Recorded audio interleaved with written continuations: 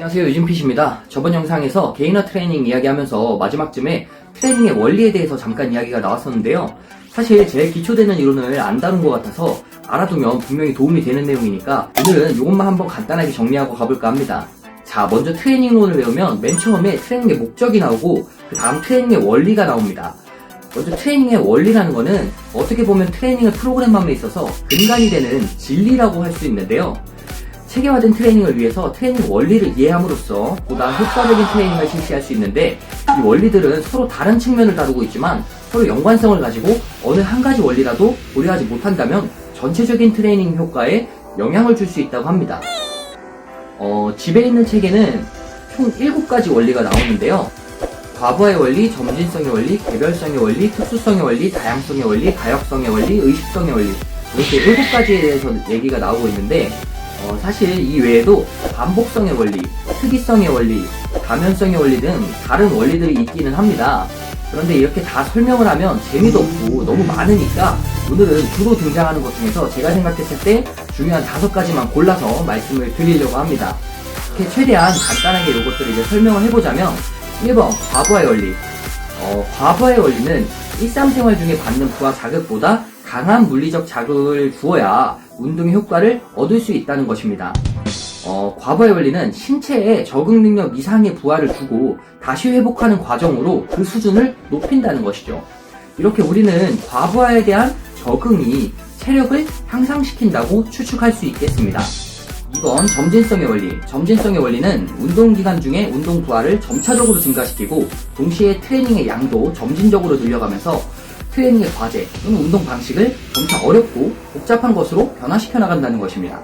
이 원리는 신체의 모든 기관의 발달과 기능의 발달이 트레이닝에 의해서 서서히 이루어지면서 급격한 운동의 양과 질의 증가는 오히려 역효과를 초래할 수 있다는 생리학적 이론의 근거가 있습니다.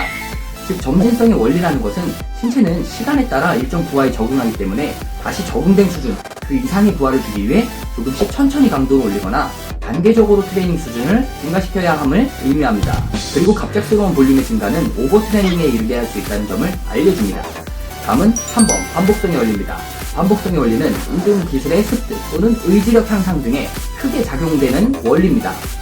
즉, 트레이닝에 의해서 적용된 기관이나 조직의 개선 그리고 안전성의 향상은 반복성의 원리를 적용함으로써 확보할 수 있습니다.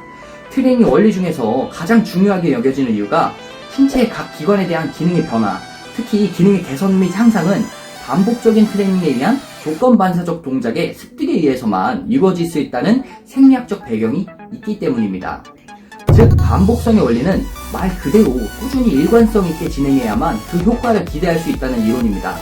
따라서 운동 실력의 향상뿐만 아니라 근신경계와 근육의 비대, 인대와 건 같은 혈압 조직의 성장을 위해서는 반복되는 트레이닝이 반드시 필요한 것입니다. 4번 개별성의 원리. 개별성의 원리는 개인의 특성에 맞는 트레이닝을 함으로써 보다 큰 효과를 얻을 수 있다는 것입니다. 이는 장기간의 트레이닝 시 매우 중요한 요인으로 작용하며 종목의 특수성, 각 개인의 능력 및 잠재력에 대한 특성이 적절하게 고려되어야 합니다. 즉, 개별성의 원리는 운동의 형태, 운동 강도, 운동 시간, 운동 방법 등을 선택할 때 체력의 특성 및 수준, 성별, 연령, 노화의 정도, 체형, 건강 상태, 운동 종목의 선호도, 숙련도, 심리적 특성까지도 반드시 고려가 되어야 한다는 점입니다. 마지막 5번 특이성의 원리입니다. 특이성의 원리는 각각의 종목과 관련하여 신체의 외적인 형태 및 기능적인 측면에서 특수하게 변화되는 과정을 말합니다. 말이 좀 어려운데 내용은 간단합니다.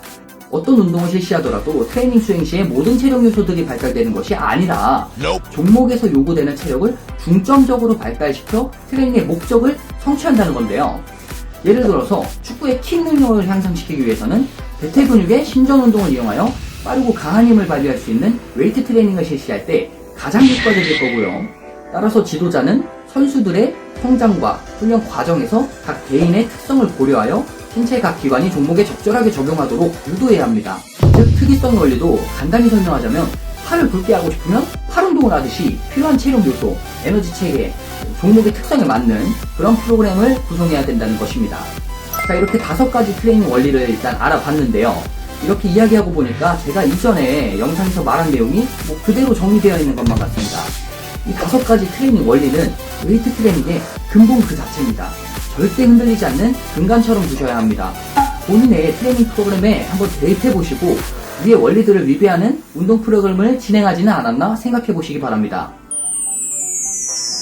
결국 오늘 알아본 이 5가지 원리를 하나로 쉽게 설명을 해보자면 운동 종목을 본인의 특성에 맞게 선택하고 개인에 맞는 개별적인 프로그램으로 점진적 과부하를 해야 한다. 그리고 그것을 기간을 두고 꾸준히 반복해라.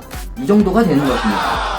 이런 트레이닝 원리들은 1장에서 나오는 내용들하고도 상당 부분 겹치니까 7장에 나온 이전 예시들이랑 이전 영상들을 다시 보시면 이해가 더 잘 되시고 방향성을 잡는데 도움이 더 되실 테니까요.